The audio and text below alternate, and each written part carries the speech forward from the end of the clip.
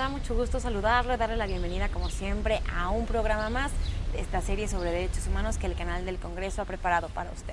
En este espacio hemos hablado mucho sobre la promoción y la protección de los derechos humanos en diferentes ámbitos. Hemos hablado también del papel del Estado, el papel que debe seguir para salvaguardarlos, y también hemos hablado que desafortunadamente todavía hay una distancia muy grande entre el discurso, entre la teoría y entre la realidad que se vive en muchos lugares de manera cotidiana.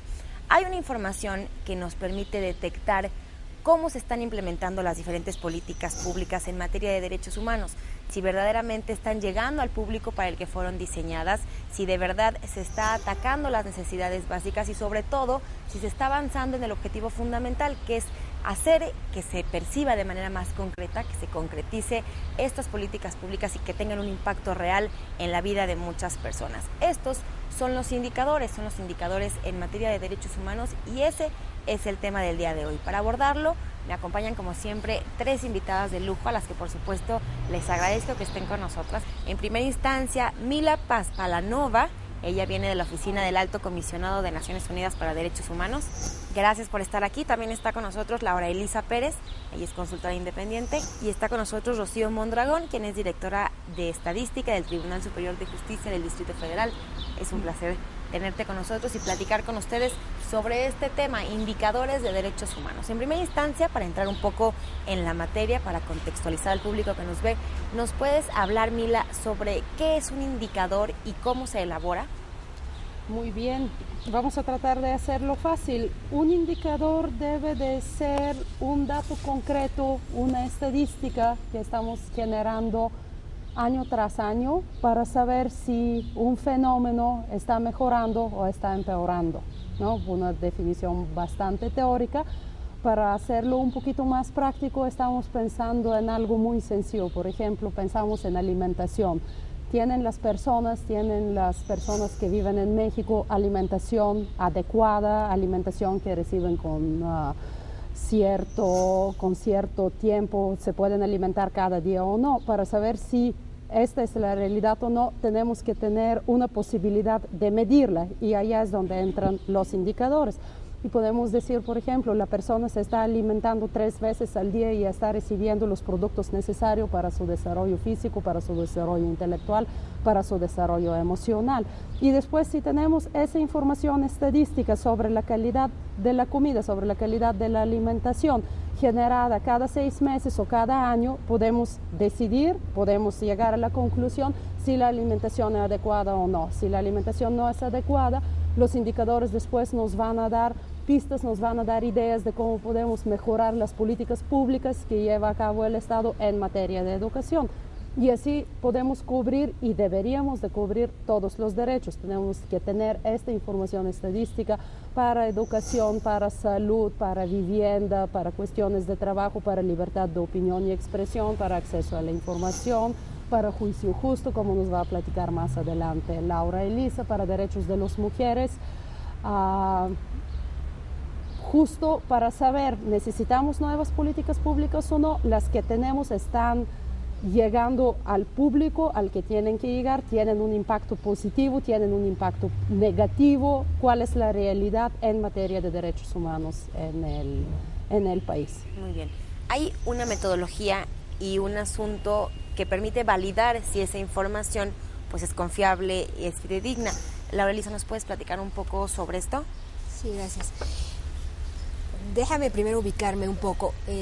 Yo provengo de organizaciones de sociedad civil, donde la preocupación en el caso mexicano es poder realmente tener un testimonio claro de que el avance de derechos humanos se da de manera concreta y que en efecto se está dando con las personas. Lo hemos visto claramente, hay una discusión entre la posición del Estado que dice yo estoy cumpliendo con los derechos humanos y el reclamo de la sociedad que dice aquí hay violaciones, aquí no se ha alcanzado lo que se esperaba. En consecuencia, la intención de la metodología de indicadores de derechos humanos que hemos estado usando la sociedad civil en algunos ámbitos, que es precisamente la metodología que desarrolla la Oficina del Alto Comisionado de Naciones Unidas para los Derechos Humanos, lo que pretende es apoyarse en información fidedigna, en información que en efecto nos permita medir cómo es este avance y poder entonces tener dejarnos de discusiones con las autoridades de si estamos avanzando o no estamos avanzando, sino tener elementos concretos para evaluar esos avances. Y en consecuencia, esta herramienta desarrollada por la Oficina de Derechos Humanos de Naciones Unidas ha sido muy útil porque de alguna forma nos ayuda a sociedad civil para profesionalizarnos y también para tener elementos muy claros y concretos de cómo asegurar que en efecto se avanza o se retrocede en determinadas materias de derechos humanos. Bien, antes de pasar a lo que se hace específicamente en el Tribunal Superior de Justicia del Distrito Federal, me gustaría, Mila, que nos platicara sobre esta metodología que diseñó la oficina de la que tú trabajas, la oficina del Alto Comisionado, en torno a cómo se recopila la información, por ejemplo, de dónde se obtienen los datos que nos sirven para construir indicadores. Sí, claro. Es una metodología que se publicó formalmente en el año 2008. Es un documento bastante largo, no creo que para el público sería necesario mencionar cuántas páginas son, etcétera. Pero en breve, lo que se está estipulando bajo la metodología es que en términos de medición debemos de medir 3 ámbitos generales. El primero se llama ámbito estructural, debemos de desarrollar indicadores estructurales, los que se refieren al marco normativo en materia de uno u otro derecho que existe en el país donde estamos trabajando. En este sentido, en México lo que tratamos de medir con los indicadores estructurales es tipo y número de tratados internacionales en cierta materia que el Estado ha firmado. De allá se desprenden ya todos los demás indicadores de procesos de los resultados, de los que les voy a hablar más adelante. También se está dando un cuento sobre la legislación nacional que existe, en el caso de México la legislación federal en materia de cierto derecho, la legislación estatal. Después, partiendo de ese marco normativo, cómo se entiende cierto derecho bajo el marco internacional y bajo el marco normativo estatal en el Estado, estamos elaborando indicadores de proceso y de resultado. Los indicadores de proceso nos están hablando sobre el tipo, las acciones que se desprenden de ciertas políticas públicas en materia del derecho. Por ejemplo, en materia de educación, ¿qué tipo de programas tenemos? ¿Qué alcance tienen esos programas? ¿A qué poblaciones van dirigidas? ¿Qué presupuestos tienen esos programas? ¿No? Y el contenido de los programas se trata de definir contextualizando los indicadores que tenemos bajo la metodología, porque la metodología nos da un número de indicadores que idealmente tenemos que elaborar en cada país, pero esos los contextualizamos porque la realidad normativa en México no es la misma como en otros países, ¿no? Estamos midiendo todos esos procesos, qué es lo que está pasando en materia de educación, en materia de salud, etcétera. Y después, a través de esas acciones, ¿no?, que se desprenden a base de los programas, de las políticas públicas, estamos tratando de medir los resultados. Después de alimentar tantos niños en ciertos lugares, después de invertir cierta cantidad de dinero en programas de apoyo para las comunidades, en realidad, ¿cuál es el resultado? Los niños están subiendo de peso, están bajando de peso, sufren de malnutrición, tienen otros problemas alimenticios. Esos serían los indicadores de resultado. Esos 3 tipos estructurales de proceso y de resultado tenemos que medirlos. Y también bajo la metodología, los principales conceptos que se han tomado en cuenta para elaborarla también van dirigida a la indivisibilidad de los derechos, ¿no? Son tan importantes los derechos civiles y políticos como los derechos económicos, sociales y culturales, ¿no? Tenemos que cubrir todos los temas en materia de derechos humanos posibles.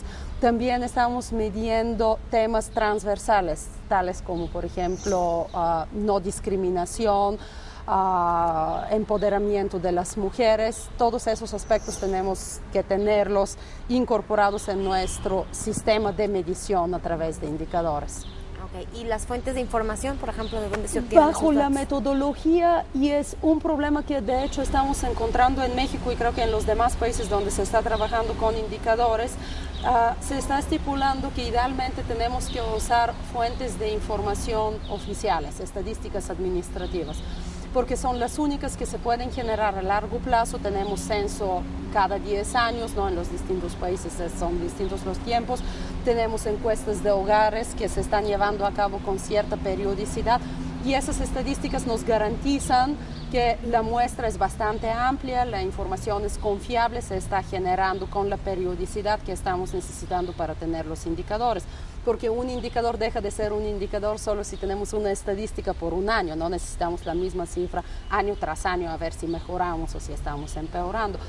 Sin embargo, cuando no tenemos esas fuentes de información, por ejemplo, en materia de violencia contra las mujeres, la información con la que se cuenta actualmente en México es muy limitada, pero los indicadores que tenemos que elaborar son más de 30. Tenemos información estadística solo para unos 10, 12 indicadores, no más.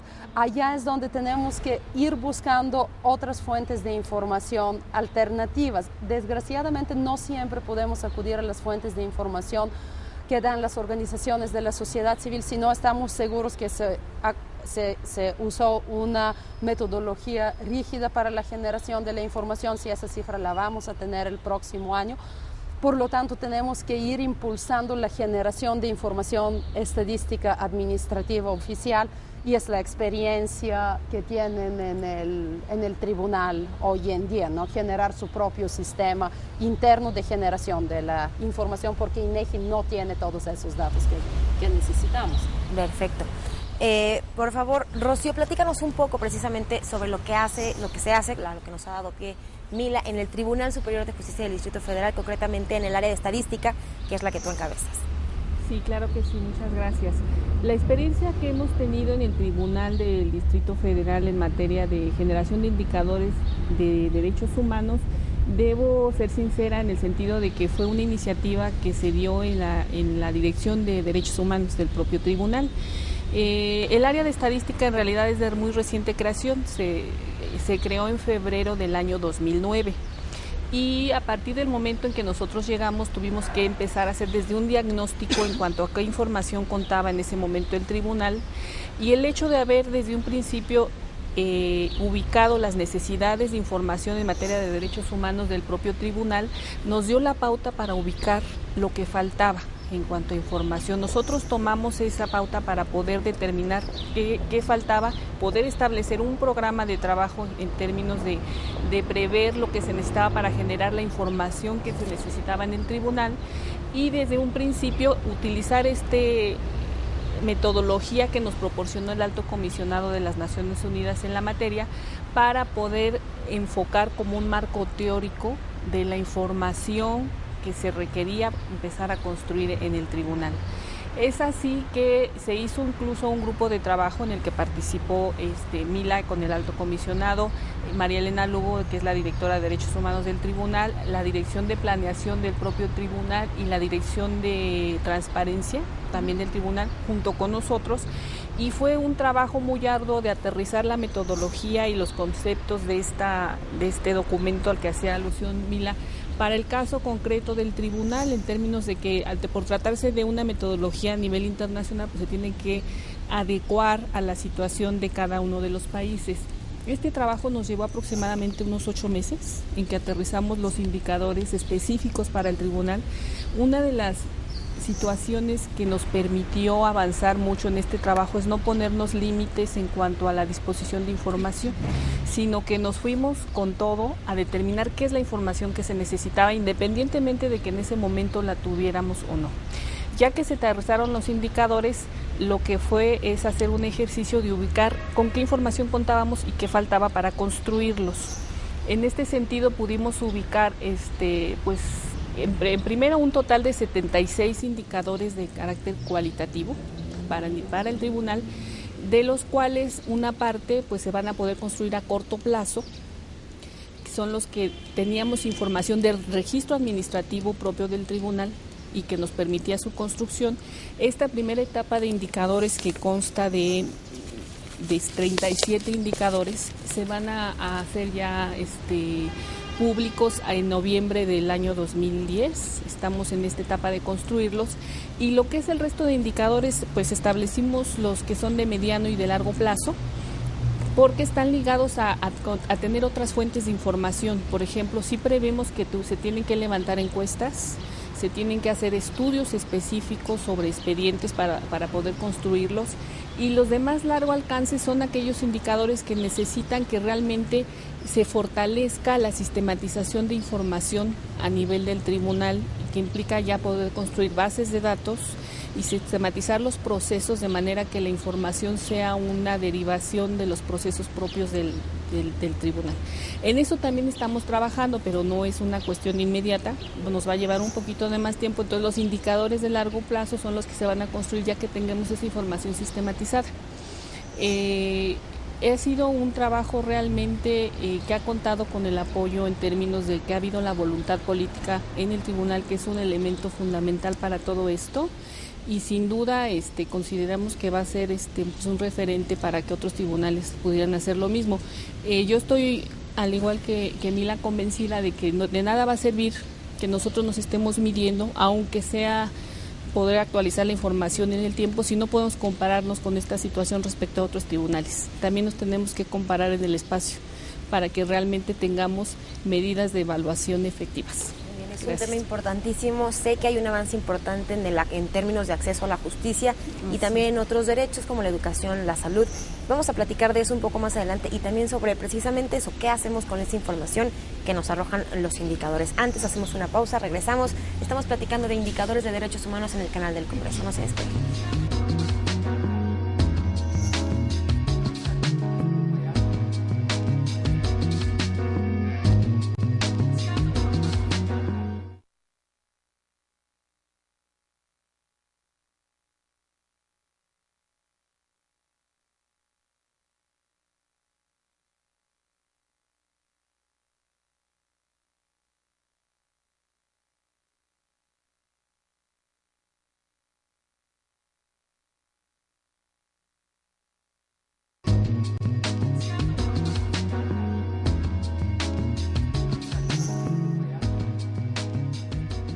Ya estamos de vuelta, continuamos platicando sobre indicadores de derechos humanos en el canal del Congreso. Antes de irnos a la pausa, habíamos platicado un poco sobre cómo se elaboran los indicadores y de dónde se obtiene esa información. Habíamos dicho que son precisamente los datos que nos permiten saber si se están implementando de manera correcta diferentes políticas públicas en materia de derechos humanos. Laura Elisa, me gustaría que nos platicaras, ¿se trata de medir por medir o qué se hace con esa información? ¿Cómo se sistematiza? ¿Cómo se organiza? ¿Qué hacemos con esos datos que nos arrojan los indicadores? Sí, acá el contexto es muy importante. Por mandato y recomendación del Alto Comisionado de Naciones Unidas, desde 1993 en Viena se estableció la conveniencia de que los países, los estados en general, elaboraran programas de derechos humanos con objeto no solamente de apegarse a la letra de los tratados internacionales, sino de definir de manera muy clara estas políticas públicas y estas acciones específicas que van a permitir acercarse a un mejor cumplimiento de los derechos humanos en cada país y partiendo de la identificación muy clara de cuáles son las problemáticas más ingentes en relación con la materia.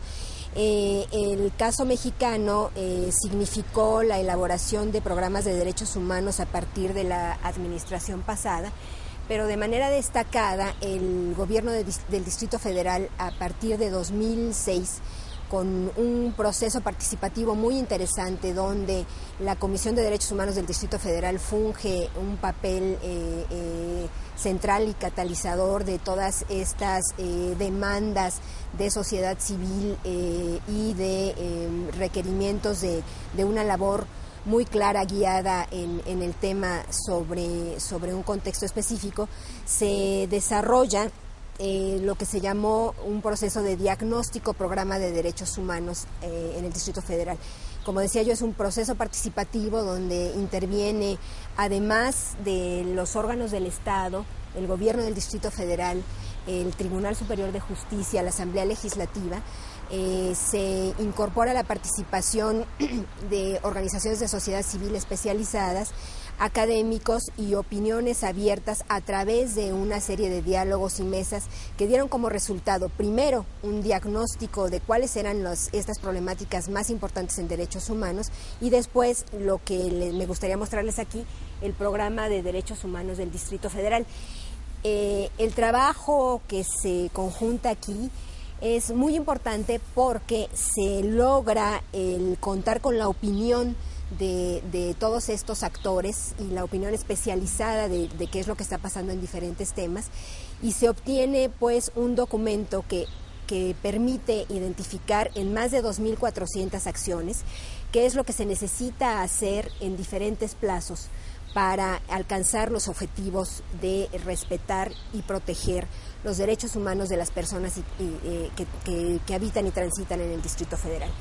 El programa incluye también, en consecuencia, no solo los compromisos de qué objetivos se busca alcanzar, sino qué elementos de medición se requieren para mostrar que en efecto esos pasos se van dando en la dirección correcta. Estos son los indicadores. El programa de derechos humanos propuso más de 500 indicadores ilustrativos para darle seguimiento a todas estas acciones, bajo un contexto, como ya comentaba Rocío, donde se identifican elementos e indicadores que ya se están produciendo por diversas entidades, particularmente el Instituto Nacional de Estadística, Geografía e Informática del país, pero también aquellos puntos donde se requiere empezar a levantar información nueva, porque es central para identificar qué es lo que está pasando. Es decir, estamos caminando no solamente en tratar de mostrar medidas ya establecidas bajo convenciones estadísticas existentes en el país, sino también de identificar aquellos otros elementos, encuestas, sistematización de datos que están haciendo falta para poder tener los elementos de valoración completos, de manera tal que podamos decir, como decía yo antes de la pausa, bajo bases firmes, si se está avanzando o no en la materia con elementos perfectamente objetivos. Es un documento muy extenso, pero me gustaría que me platicaras a grandes rasgos un poco sobre la problemática que arrojó, o sea, el diagnóstico que arrojó en el tema de las políticas públicas en materia de derechos humanos, y también qué se hace, o sea, se hace este esfuerzo de parte de muchas organizaciones de la sociedad civil, de parte de diferentes instancias. ¿A quién se le entrega esta información y qué se hace con ella? Sí, este proceso permitió primero hacer, como decía yo, un análisis importante sobre, estamos hablando de 10 derechos y 15 grupos de población. El alcance del diagnóstico es suficientemente amplio y trató de reflejar las problemáticas que en una ciudad que es prácticamente la más grande del mundo estamos enfrentando. Si me permiten, voy a dar lectura rapidísimo a los derechos que están incluidos acá. En el primer núcleo de derechos económicos, sociales y culturales se revisaron los temas de salud, educación, trabajo, vivienda, medio ambiente sano, agua y derechos sexuales y derechos reproductivos. Después se revisaron también las problemáticas y los requerimientos en lo que se denominó el núcleo de democracia, que incluye libertad de expresión, acceso a la información, no discriminación e igualdad y derechos políticos. Adicionalmente está el núcleo de justicia, donde se precisan los requerimientos y se identifican las problemáticas en acceso a la justicia, debido proceso, libertad, integridad y seguridad personales y derechos de las personas privadas de su libertad. Y los 10 grupos de población que se revisan son los grupos de mujeres, jóvenes, infancia, personas adultas mayores, personas con discapacidad, indígenas, migrantes, personas víctimas de trata, población lésbico, gay, bisexual, transgénero, transexual y poblaciones callejeras. Como ven, la problemática en una ciudad de este tamaño y con esta enorme diversidad implica analizar con mucho cuidado estos y otros temas que se reconoce que no están incluidos y que se deben de ir manejando.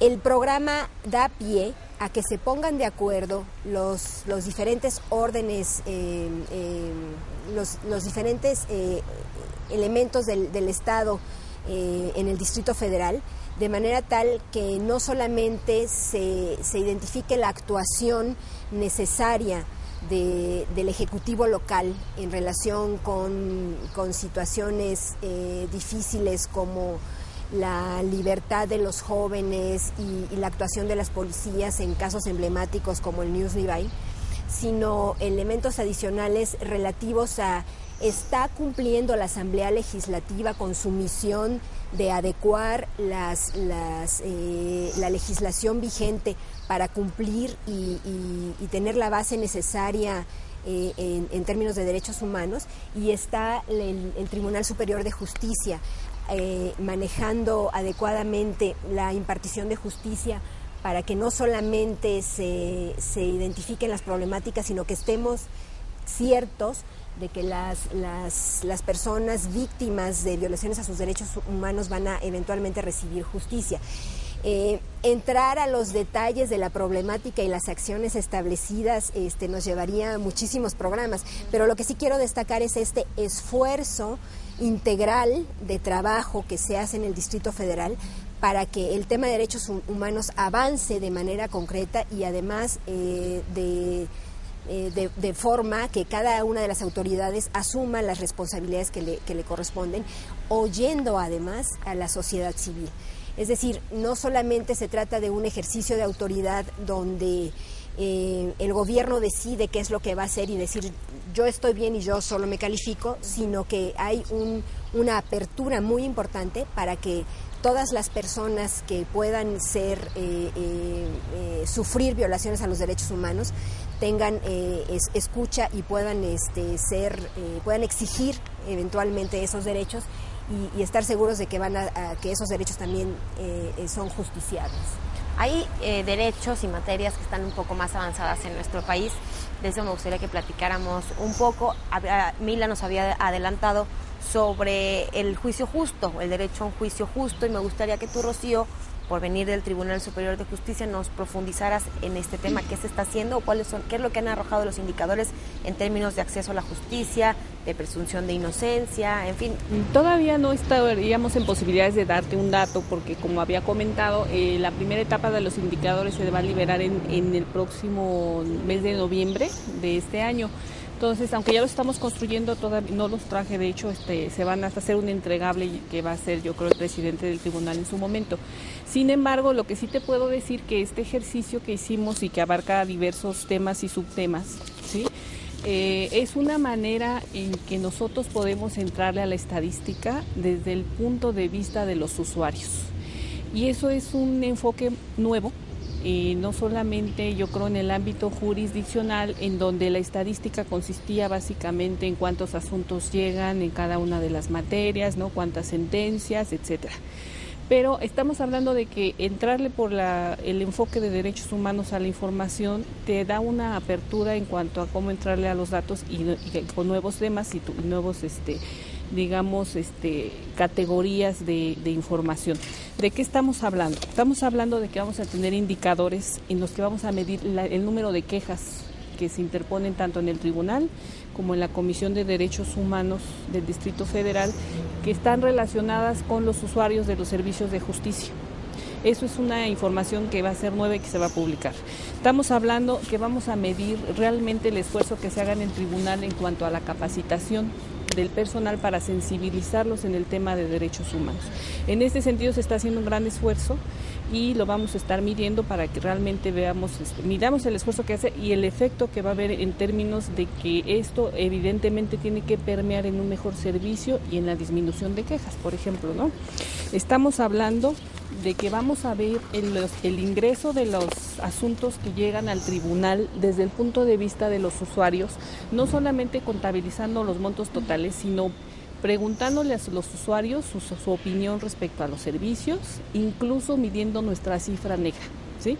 Somos conscientes de que aun cuando hay ciertos principios que la misma ley establece en cuanto a la gratuidad, la imparcialidad, todos los principios que rigen lo que es el ámbito jurisdiccional, tenemos que preguntarle a los usuarios realmente cuál es su percepción de todo esto, porque hay población, yo creo que incluso entre nosotros podemos contarnos en algunas situaciones en que pensamos ir a poner una denuncia, una demanda en ciertas situaciones por cuestiones de tiempos, de costos, etcétera.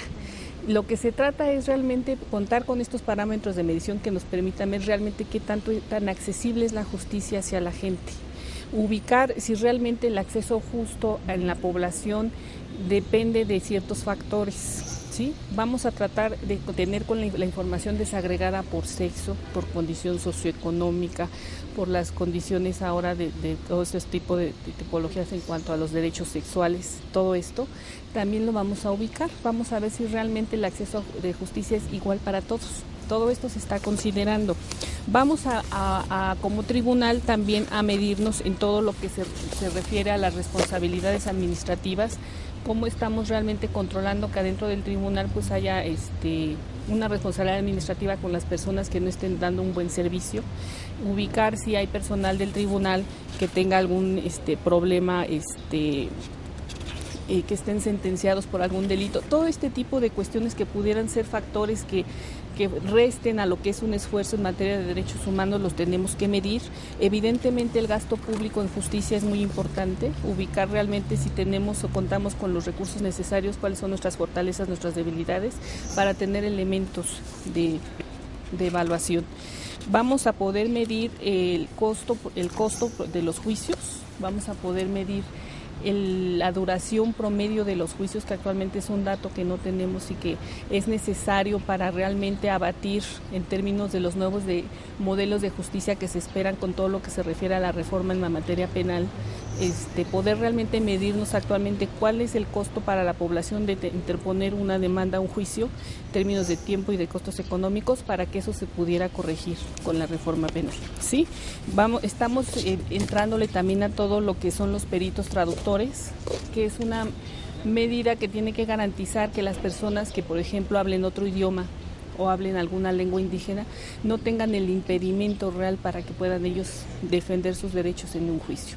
Vamos a entrarle también al tema del cumplimiento de los términos procesales, el tratamiento que se le da a la población adolescente, porque hay una materia específica que se refiere a la población adolescente, realmente cuidar sus derechos humanos, y la detención legal también la vamos a medir, el uso mínimo de prisión, la presunción de inocencia, y hay un capítulo especial que se refiere a lo que es el error judicial, también para poder ubicar que las sentencias estén, digamos, emitidas de una manera adecuada.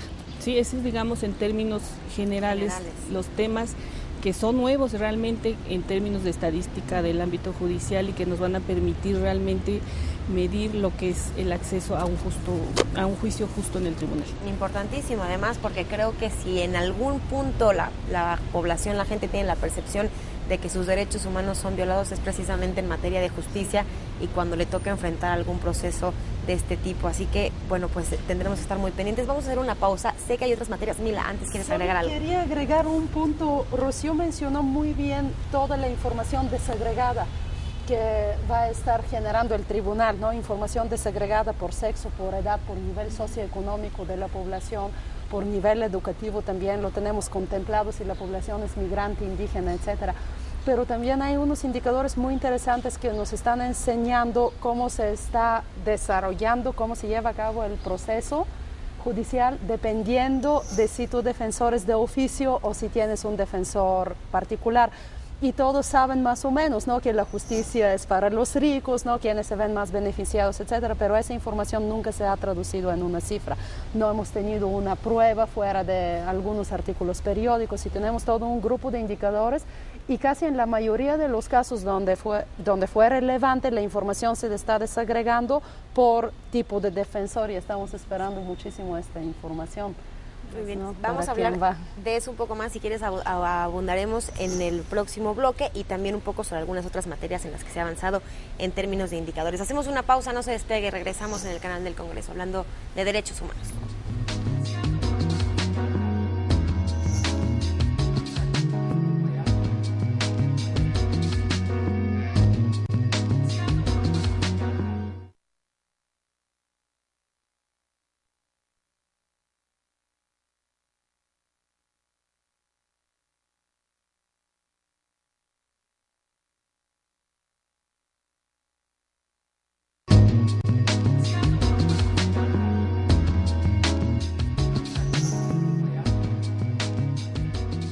Ya estamos de regreso. Antes de irnos a la pausa estábamos hablando de indicadores y sobre todo de los avances que se han registrado en materia de acceso a la justicia y del derecho a un juicio justo.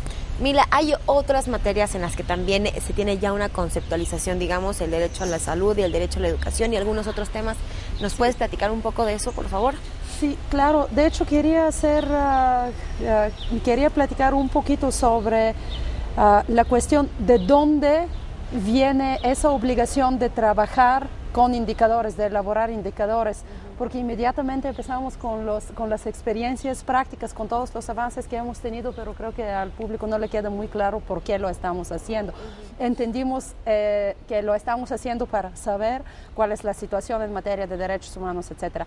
Pero también existe una obligación internacional para todos los estados que han ratificado tratados internacionales en materia de derechos humanos. Y una de las razones es para trabajar con indicadores es que cada vez cuando un estado está presentando informe periódico ante cierto comité, tiene que proporcionar información estadística. De hecho, las recomendaciones de los órganos de tratado son varios, pero siempre incluyen una nota, una referencia a la información estadística. Los estados rara vez están manejando cifras y están manejando cifras confiables, y de hecho lo estamos viendo con el último informe que presentó México en materia de migración. También en materia de violencia contra las mujeres, la CEDAW siempre ha exigido desde hace muchos años que se elabore información estadística, que se elaboren indicadores.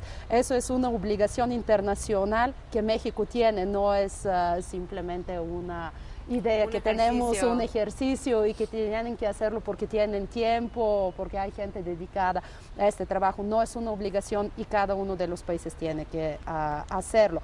Por lo tanto, experiencias aterrizadas a nivel estatal son sumamente importantes y deben de ser reproducidas en otros estados. Idealmente tenemos que tener el mismo documento, el mismo diagnóstico, el mismo programa en todos los estados, pero también la obligación que tiene México es proporcionar información estadística por derecho como país, ¿no? El país, Secretaría de las Relaciones Exteriores, debe de tener la información para presentarla ante los comités. Por eso la oficina también, otra iniciativa que tiene bastante difícil, pero la estamos llevando a cabo creo que bastante bien, es elaborar indicadores por derecho. Por el momento es un proyecto que estamos llevando a cabo con la CNDH y con el INEGI.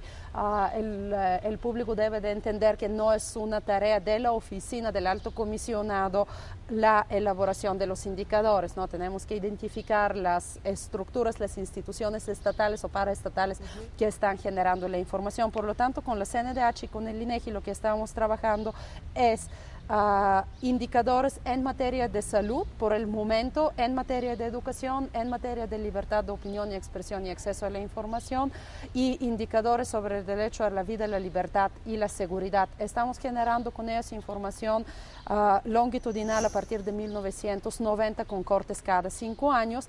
Una vez que se está generando la información, por ejemplo, en materia de salud, estamos cubriendo temas relevantes a salud sexual y reproductiva, mortalidad infantil y atención en la salud, medio ambiente natural, entorno ocupacional, qué es lo que está pasando, cuáles son los impactos negativos, prevención, tratamiento, control de enfermedades, tenemos que tener información, acceso a instalaciones de salud y a medicinas esenciales. Esos son los atributos en grandes rasgos en materia de salud.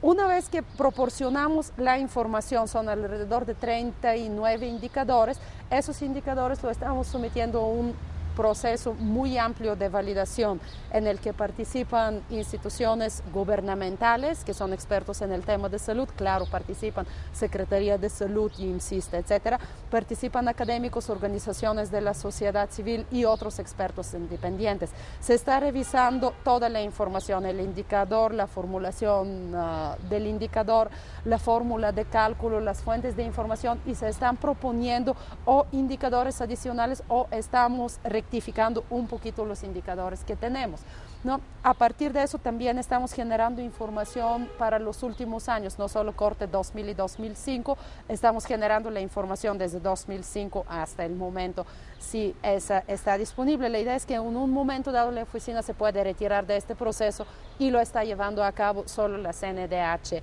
y el INEGI, ¿no? Y de allá tratamos de cubrir, de asegurarnos que México cumple con su obligación de proporcionar información en el formato de indicadores. También es muy importante señalar que es la primera vez a nivel mundial que ese ejercicio se está llevando a cabo. En México fueron identificadas las bases necesarias para elaborar los indicadores, los registros administrativos necesarios para proporcionar la información. Y también hay otros ejercicios que se están llevando a cabo en Guatemala, en Ecuador, en Nepal, pero es el primer país donde sí tenemos las cifras. No sé si les puedo mostrar un documento de cómo en realidad tenemos los indicadores. Les voy a mostrar en materia de educación cuál es el documento. Son más de 100 páginas de información. Tenemos el nombre del indicador, tenemos una ficha técnica en la que estamos mostrando, ¿no?, el nombre, por qué lo estamos elaborando, cuál es la definición, cuál es la fórmula de cálculo, dónde se busca la información en línea, si se puede incluir, si se puede encontrar o no, con qué periodicidad se está generando el indicador y todos los desgloses relevantes que tenemos que hacer. Y después estamos presentando la información en ese formato bastante fácil, ¿no? Cómo va el cumplimiento del derecho a partir de 1900 hasta 2005. Y a partir de esta información nos podemos dar cuenta, tenemos que promover nuevas políticas públicas o no, dónde están los problemas. En materia de educación, por ejemplo, los registros administrativos oficiales nos dicen que toda la población entra y termina primaria en cierto momento de su vida y más del 80% de la población termina secundaria, pero al mismo tiempo tenemos la información que más del 40% de la población no sabe leer y escribir. Estamos hablando de un problema de cifras, de fórmulas de cálculo que no son adecuados o no estamos cubriendo ciertos grupos de población donde más problemas existen en materia de educación. Por eso nos sirve este marco. Sí, era justo lo que te iba a preguntar. Ya tenemos el concepto como el marco contextual, pero justo me gustaría, en estas materias en las que ya se va avanzando, en las que ya se tiene un avance importante como educación, como lo mencionas, y salud, ¿qué es lo que nos han arrojado los indicadores? ¿Cómo andamos en México, en el Distrito Federal, en esas materias en concreto? Sí, yo les puedo dar un poco de información sobre el Distrito Federal. Le voy a dar la palabra a Laura Elisa de nuevo. Pero, por ejemplo, en materia de educación, ¿qué es lo que estamos detectando? Tenemos unos indicadores muy bien diseñados que también tienen que medir, por ejemplo, cuál es el número de computadoras que los niños tienen, ¿no? Es uno de los objetivos del milenio, el cumplimiento con el derecho a la educación. Una de las formas de medirlo es los niños tienen computadoras o no. El Estado orgullosamente está reportando que en estados como Oaxaca y Chiapas hay ya más de una computadora por cada 3 niños. Pero en el proceso de validación, cuando invitamos a los compañeros de Oaxaca y Chiapas, nos dicen, sí tienen computadoras, pero no tienen luz. Y en las aulas no hay sillas y no hay mesas, ¿no? Estamos hablando, los indicadores, justo eso es lo que nos están dando. Si tenemos el dibujo general, ¿no?, de usando todos los indicadores, tienen computadoras, pero no tienen luz, pero no hay sillas, pero no se pueden transportar los niños hacia la escuela, están migrando en épocas, por ejemplo, de cosecha de tabaco o de otros productos, no están en las escuelas. Cuando tenemos toda esa información estadística ya podemos saber dónde exactamente son los problemas más grandes, los problemas más relevantes donde tenemos que trabajar. En materia de salud, por ejemplo, hay indicadores que específicamente requieren información sobre la inspección y el estado de los servicios de salud en centros de salud mental. Esta información nadie la está proporcionando, nadie la está generando en México. Y también la información faltante es sumamente relevante para saber no tenemos información, cuáles son las condiciones en los centros de salud mental. Sobre libertad de opinión y expresión y acceso a la información, nos dimos cuenta que información estadística casi no existe. Muy pronto se va a hacer público el documento. Casi todos los indicadores de la Oficina del Alto Comisionado tuvimos que cambiarlos para por lo menos generar un poquito de información, pero no tenemos información estadística sobre los temas más graves en materia de libertad de opinión y expresión, agresiones contra periodistas. ¿En qué localidades? En este caso me imagino que también mucho se basa, por ejemplo, en la denuncia.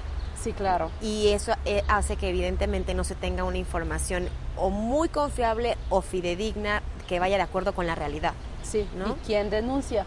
Sí. En violencia contra las mujeres, sobre este tema, el mismo problema tenemos. Tenemos los indicadores ilustrativos de la SEE, pero tenemos también la Ley General de Acceso a las Mujeres a una vida, la Ley Federal a una vida libre de violencia. Nosotros hicimos una adaptación de los indicadores de la oficina sede, tomando en cuenta todo lo que se desprende bajo la ley que tenemos aquí. Tenemos que medir más de 70 indicadores, más de 70 elementos. La información no existe. Por buena suerte, esperamos poder contar con el compromiso expresado por la CONAVIM de ir impulsando estudios y encuestas para poder generar la información, pero la información simplemente no está. Solo tenemos sobre violencia doméstica, pero sobre violencia laboral, violencia institucional, violencia en la comunidad, no contamos con estos datos.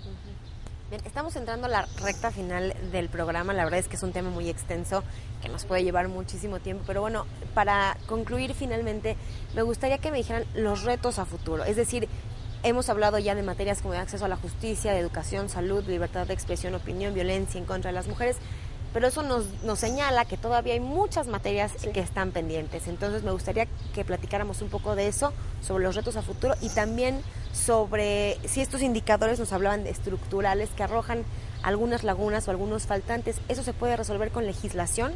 Estamos en el canal del Congreso y no podemos dejar pasar esa pregunta. Laura Elisa. Claro. Yo creo que tenemos que hacer énfasis en el proceso que se está siguiendo y en lo que esto está significando para empoderar y profesionalizar a las personas que se involucran en el tema de derechos humanos, no solamente los funcionarios responsables, sino también la sociedad civil y la población en general que sufre las problemáticas y las violaciones. Por supuesto los retos son enormes, pero sí quiero hacer énfasis en esta situación de que somos el primer país del mundo y en particular el primer estado en el mundo, el Distrito Federal, que ha hecho un trabajo tan importante sobre esto y que camina hacia la exigibilidad y la justiciabilidad de los derechos. La intención es precisamente que las herramientas se vayan haciendo cada vez más transparentes para que cualquier persona en la población pueda identificar dónde están los problemas en todas estas materias y cómo puede tratar de exigir que se cumplan sus derechos. Me parece que es muy importante además que el abordaje de la metodología de Naciones Unidas permite tratar de tener visiones integrales de lo que está pasando en el legislativo, de cuáles leyes necesitan todavía modificarse, de cómo están los procesos de implementación de las políticas públicas y finalmente si estas políticas públicas están dando los resultados apropiados. En consecuencia, creo que el sentar este precedente en el país está siendo muy relevante, pero sobre todo está siendo un ejercicio de trabajo real con la población y de empoderamiento y de acercamiento de la población a estos temas fundamentales.